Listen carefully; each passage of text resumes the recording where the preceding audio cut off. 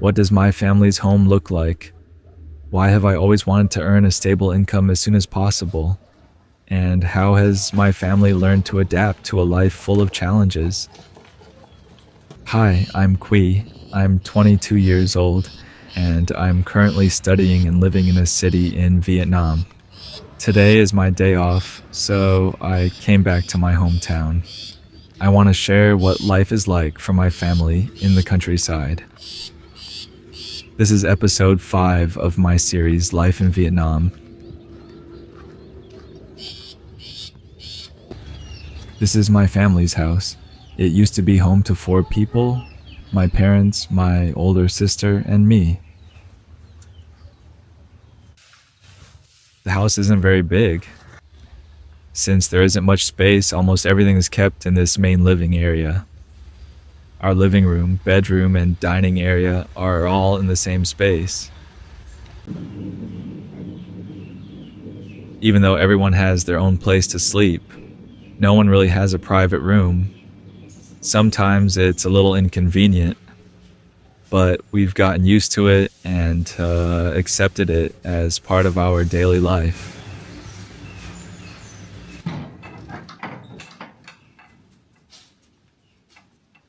Now my sister's married, and I'm studying in the city. The two of us usually come back on weekends whenever we can to visit our parents.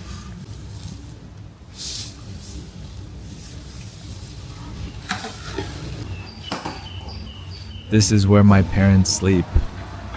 Since we don't have air conditioning, sleeping without a mattress is actually much cooler during the summer.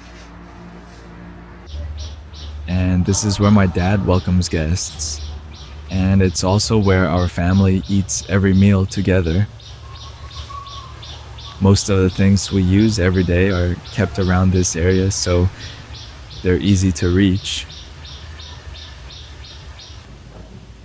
This house was built a long time ago, so it's only natural that the walls have started to wear down over the years. Unfortunately, my family can't afford to repair or renovate it. To my parents, as long as the house can keep the sun and rain out, that's good enough.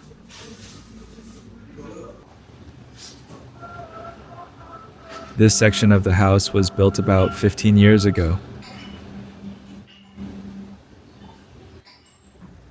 This is where we cook. The refrigerator, gas stove, pots, pans, and all the basic seasonings are neatly kept in this corner. It's not a big space, but we've arranged things this way for so many years that everyone is used to it. We still cook with a gas stove. In Vietnam, using gas is still a little cheaper than using an electric stove, so it's the more affordable choice for my family.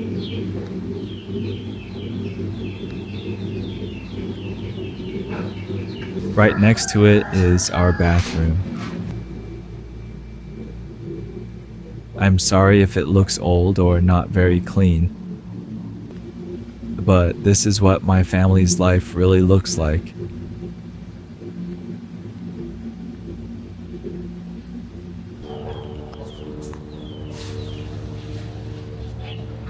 Oh, that's my mom. She's on her way to the fields. She's probably gonna look for something we can have for lunch. Our meals are usually very simple, just enough to fill our stomachs.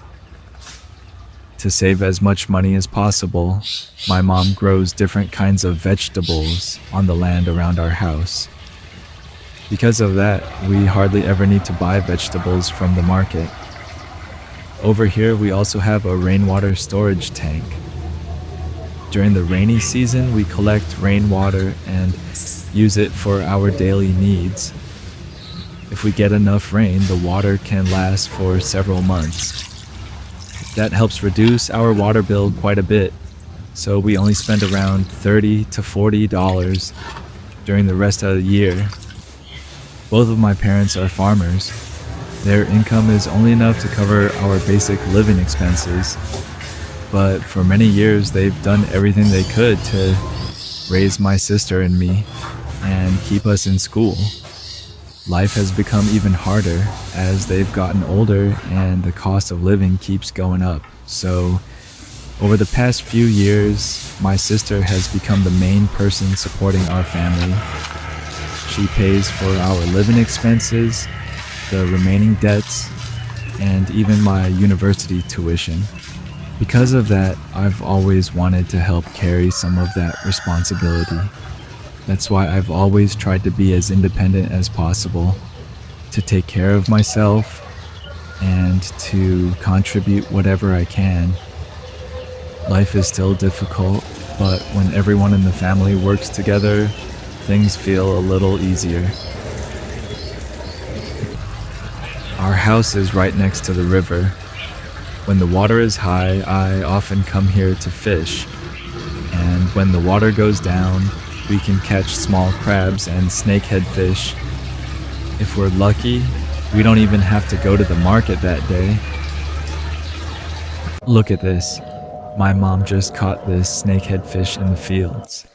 So today, we'll be having snakehead fish soup for lunch.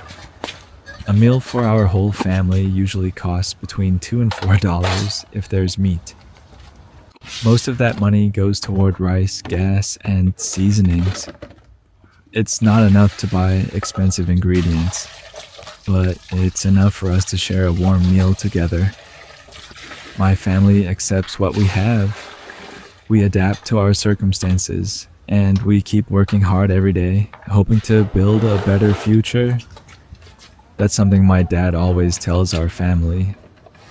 Oh, and if you're wondering why we still have to buy rice, even though we're farmers, it's because we don't grow rice. In another episode, if I get the chance, I'll take you to the fields and show you what my parents do every day.